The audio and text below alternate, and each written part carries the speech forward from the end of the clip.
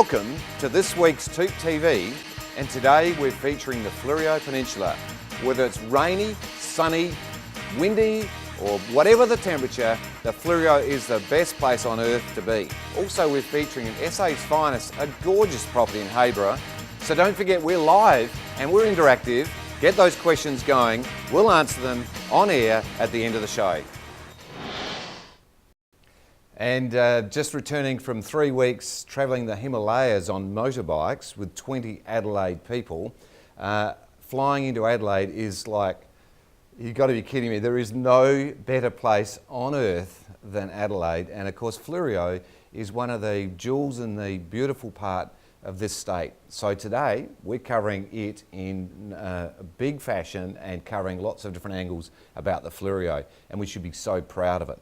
Now, also speaking of holiday destinations like the Fleurieu, we're covering the rentals, the not only long-term rentals but the holiday letting, and you'll find that there are places to go and some luxurious properties that you can rent.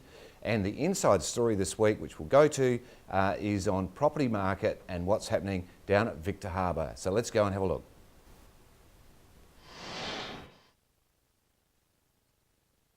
The sun isn't shining as brightly on the Victor Harbour property market at the moment, with houses selling for less and spending more time on the market. It's holding its own. It could always be better, but real estate always has peaks and troughs, and it has levelled off a bit, but there's always the inquiry on the Fleurieu. According to RP data figures, homes are selling for around 7.5% less than the price originally marketed at. This is often a result of a house being advertised for too much, where the property's price isn't aligned with buyer expectations. Victor residents have noticed the effect this is having on the market. Yeah, just talking to local residents and hearing around the place, it just sounds like during the winter months and that it's everything's slowed down a little bit, but I think generally stuff is still selling fairly well. I know some people that have bought a house and paid a lot for it, but they're hoping to sell it and get a lot more. Adding to sellers' woes, on average homes in Victor Harbour are spending just over 4 months on the market. If vendors aren't careful with how they use their advertising dollars, they could blow a lot of their budget before the house is sold.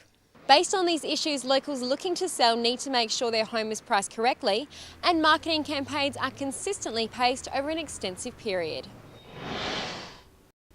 Well, our reporter pulling no punches with her introduction as to what's happening down at the Fleurieu. But let's hear perhaps a little bit of an explanation about what is happening from someone that's very close to the market, Ty Reid, who is our sales manager at TOOP+TOOP. Welcome, Ty. Thanks, Anthony, and welcome back. Yeah, thank you. Now, Ty, just perhaps give everyone who's listening and watching a snapshot about Ty Reid, and then we'll get straight into the Fleurieu information. Sure. History of sales up the top end of Australia for a number of years. Past 4 years, been a national trainer to over 85% of the industry across Australia. And then really got approached by TOOP+TOOP to force me to come back or make me come back to Adelaide, where I've lived before and loved, so it all fell into place very nicely. Now, Ty, I know that you work very hard, but it is an absolute pleasure when you drive down to the Victor office, isn't it? As you come over the top and you look down over Granite Island, it's just the most, it never ever ceases to send this warm and fuzzy feeling, even on a cold day, and you must therefore be appreciating able to go down to a Victor office.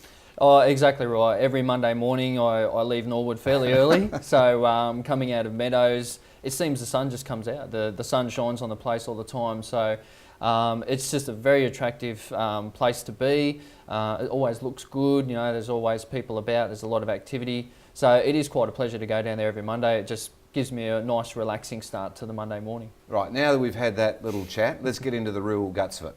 What is happening at Victor? And I know that we're both in sales, and Elise, our reporter, has given it pretty straight. Tell me what is happening, how are the guys going, what's happening in the marketplace? Well, the marketplace has indicated that the time of market has stretched out. We are out to over 120 days plus now, and Elise didn't pull any punches in regards to what needs to happen out there. I think vendors at the moment are seeing what's happening in the market, but also buyers are well aware and well educated of what's happening down there also. So we've had growth at the start of the year, which has been great for the Fleurieu. It has slowed down a little bit, but I can see that there's a lot more big things to come because the trends show that. We did experience it last year and it seems to be very similar this year.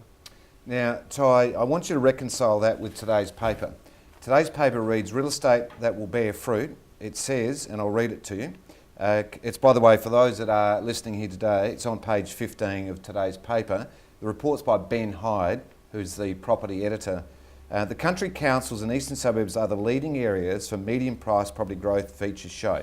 The RP data figures, which, by the way, we subscribe to and where Lise got those other details, released yesterday, show that 4 of the top 5 best performing councils in the state for median house price growth were in rural areas. Now, interesting, that goes to the 3 months to April. That would be absolutely consistent with the way the year started, wouldn't it? Definitely, definitely. We have seen that growth, and 4 out of 5 is great news for the Fleurieu and rural council areas. Has slowed down a little bit, but as we said, there is growth to come, and a lot of experience down there. I think with the real estate market at this stage, a lot of people are going to be very excited come spring. I think there's some big things to come. Now, we opened our Fleurieu office about 2 to 3 years ago. I think it was 3 years ago. And the research we did is that the demographic of South Australia means that Victor and the Fleurieu generally, we think, are going to go through a massive, massive boom as the baby boomers reach a certain age. And I personally believe, and we've backed it by our decision to go to Victor, that that will flow through to the real estate market. It has to. Any signs of that? Is it 1 year away, 3 years away, 10 years away? What's your thoughts on it?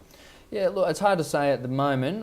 We are experiencing a lot more people moving from Adelaide to settle down at Victor Harbour of late. So I think the early indications are there. So yeah, I agree that the marketplace down there will dramatically pick up. It's the lifestyle, it's the water that's an attraction down there.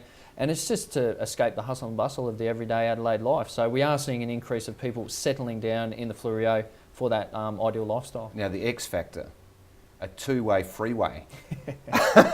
A two-way freeway to Victor will make a big difference. There is an example of what happened in the hills when we had the tunnel go through. Now Stirling, Crafers, right out to Murray Bridge and including Mount Barker, Strath, all of those areas benefited unbelievably, particularly Stirling and Aldgate, with that tunnel going through. I personally believe when we get a two-way freeway put through, that you will see that will be the catalyst for Victor, I believe, to do what we're all expecting to happen. So I don't think we're more than 2 or 3 years away from an absolute boom environment down there. Yeah, I think you're dead on the money there. I think that two-way freeway with just the access in and out from the Fleurieu will be much easier and much more sufficient and easy for people to do. So well, yeah, people will basically be able to commute from Adelaide to Victor on a daily basis. Yeah. And once that happens, game, set, match with that environment. Yep. Now, Ty, we need to go and look at a bit more of the show, and particularly we've got a feature with Anthony Keane to discuss the Fleurieu market. Now, for those who tuned in a few weeks ago, Anthony Keane is the editor of Your Money, very smart guy, and we had a great discussion with him. So let's go and see what Anthony has to say about the Fleurieu market, and we'll come back in a moment for some comment.